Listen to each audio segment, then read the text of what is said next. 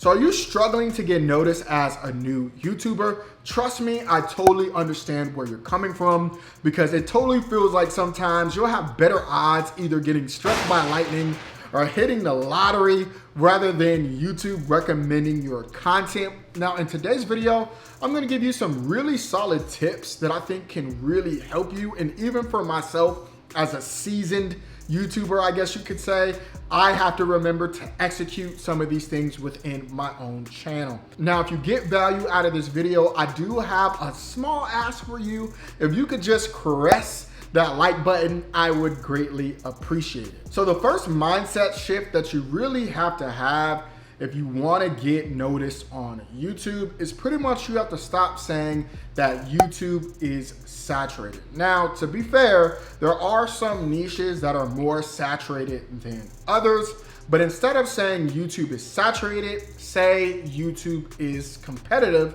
which is very, very true. YouTube is just like many other things, right? If you want to get into a prestigious college, it's competitive. Harvard doesn't let a lot of people in every single year, right? If you want to join a professional sport, it's competitive.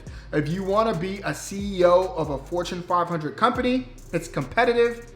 YouTube is no different. Okay, so now you're like, okay, Tonio, I get it. YouTube is competitive, but now I want to give you a quote that can really, really help you out to help you compete a little bit better on YouTube. So the quote says, if you can't be the first, be the best. And if you can't be the best, be unique, okay? And that's how you get noticed on YouTube. That's how you compete with other YouTubers. So how can you be the first within your particular niche? Maybe there's a new topic, maybe there's a new editing style, maybe there's something new with your personality. Like, how can you be the first to something within your niche, okay? Now, if you can't be the first, how can you be the best, right? Maybe you up the video quality, maybe you have better edits, maybe you give better information. Like, how can you be the best at something within your niche, okay? Now, if you can't be the first and you can't be the best, then how can you be unique? Maybe you deliver the information differently, right? Maybe you have a different perspective, right? Like, there's so many ways that you can be unique. Now, most of us can't be the first and can't be the best, but all of us can be unique, right? And that's where I think you should really focus on you and your channel. How can you discuss the same topic in a unique manner that people want to watch you, as well as somebody else?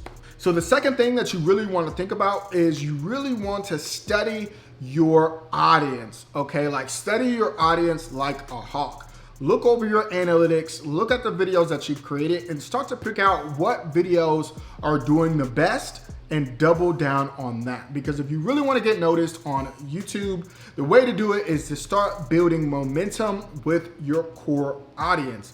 This is the audience that's gonna watch your videos no matter what, okay? If you start to notice that they're really liking one particular content piece, if you double down on that, they're gonna come back to your videos week to week, which then YouTube will start to notice that, hey, this is a content piece that is working. Your core audience is probably gonna watch, a lot of that video, which is gonna push your viewer duration higher. You're gonna have higher click-through rates, which then will have YouTube recommend that type of content more, and you'll start that snowball effect. So if you notice that your returning viewer rate isn't going higher week to week, then you're probably choosing a content piece that your core audience doesn't really care for. So definitely study your analytics like a hawk and start to build momentum from there. So once you figure out what you bring to the table as a new YouTuber, going back to the quote, if you can't be the first,